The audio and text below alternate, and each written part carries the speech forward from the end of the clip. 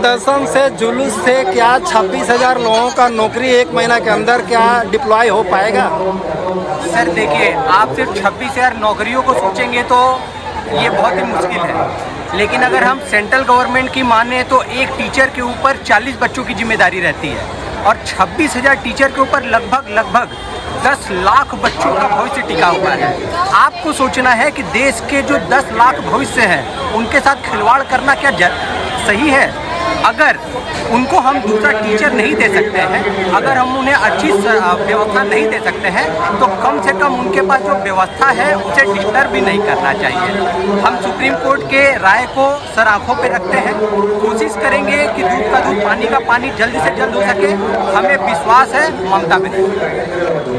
BJP भी राजनीति कर रही है, यहाँ पर सीपीएम भी राजनीति कर रही है, बोल रहे हैं कि ममता की वजह से 26,000 लोगों का नौकरी गया, उसके लिए विकास रंजन भट्टाचार्य जिम्मेदार है। दीदी खुद खुले मन से बात बोल रही है। आप क्या लगता है कि ये सब राजनीति का शिकार हो गए 26,000 नौकरी वाले लोग? सर देखिए, जितनी भी पॉलिटिकल पार्टियां हैं ना, सब उसी कानून से बनी है, चाहे वो AIMIM हो, चाहे वो भारतीय जनता पार्टी हो, चाहे वो कांग्रेस हो, और सभी पार्टियां बस इस बात को बताना चाहती है कि वो जनता के लिए सही काम कर रही है, लेकिन जनता जानती है कि कौन सी पार्टी उसके लिए सही काम कर रही है, कौन सी पार्टी उसके लिए खरा उतर रही है।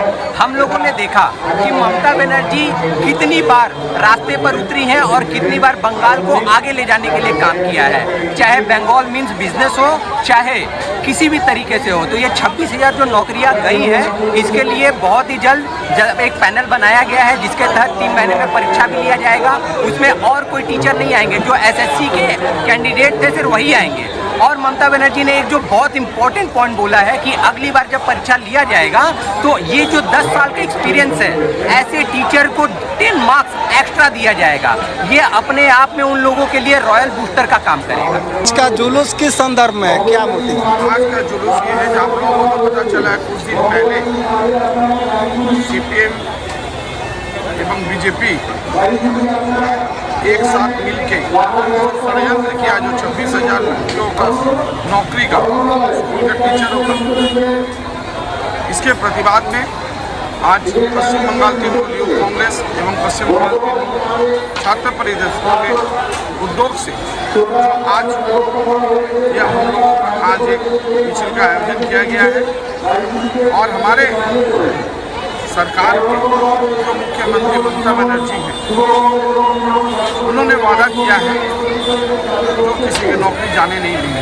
उन्होंने ये कहा जो सुप्रीम कोर्ट में और लोगों ने बताया, जो आप ये बता दीजिए जो अगर इसमें कितने जन योग्य हैं और कितने जन आप लोगों का जो बिना योग्य के नौकरी मिला है। सरकार ने कहा जो आप लोग का नौकरी कीजिए और हमारा लड़ाई ये जारी रहेगी। आप मैंने तृणमूल कैसे इंजाम लगा पा रहे कि इसके लिए CPM और BJP जिम्मेदार है, जबकि BJP बोल रही है कि इसके लिए TMC जिम्मेदार है और CPM भी बोल रहा है इसके लिए TMC जिम्मेदार है।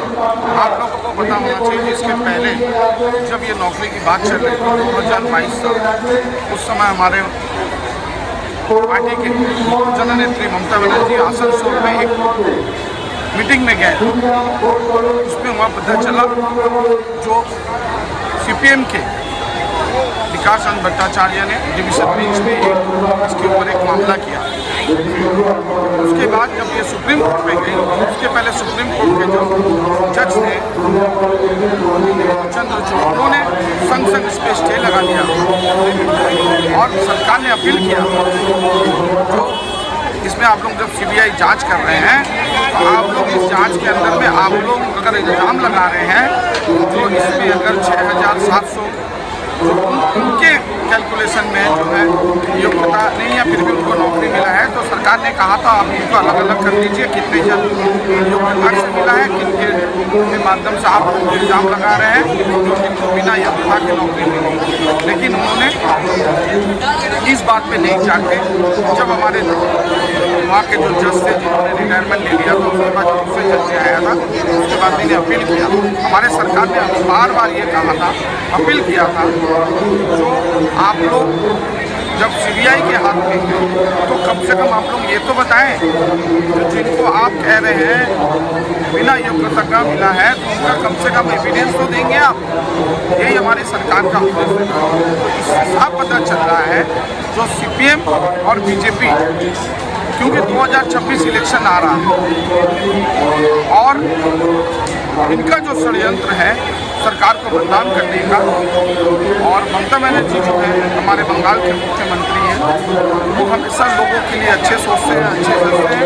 और मैं एक तृणमूल कांग्रेस का सैनिक के नाते मैं गर्व करता हूँ, हमारे बंगाल के जो मुख्यमंत्री हैं उन्होंने वादा किया है, 3 महीना एसएससी ने कहा है, उन्होंने कहा मैं 2 महीना के अंदर में जो जहाँ पे नौकरी करते तो उनको वहीं पे मिलेगा। लगता है आंदोलन करने से 26,000 जिन लोगों का नौकरी गया है वो वापस आ पाएगा?